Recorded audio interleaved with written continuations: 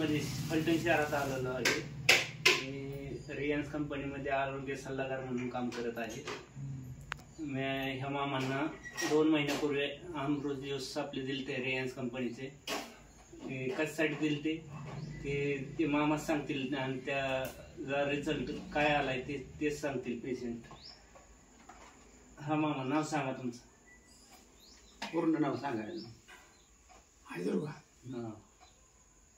हा, तुमचं नाव सांगा. मुगट शंकर भगत. तुम्हाला आजार काय? कंपोस्ट पिंपरत, मुक्काम पोस्ट पिंपरत, तालुका फलटण, जिल्हा सातारा. मला कावेरी किती दिवस होते? तुम्हीच सांगा. 6. तुमच्या वडिलांना काय? आमच्या वडिलांना कावेरी जवळ जवळ एक 3-4 महिने होते आणि रक्ताची कावेरी होती.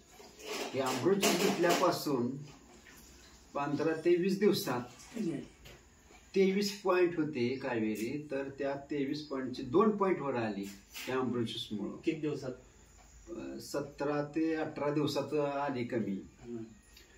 आणि रक्त जे 7 पॉईंट होतं ते 12 पॉईंट वर गेलं रक्त.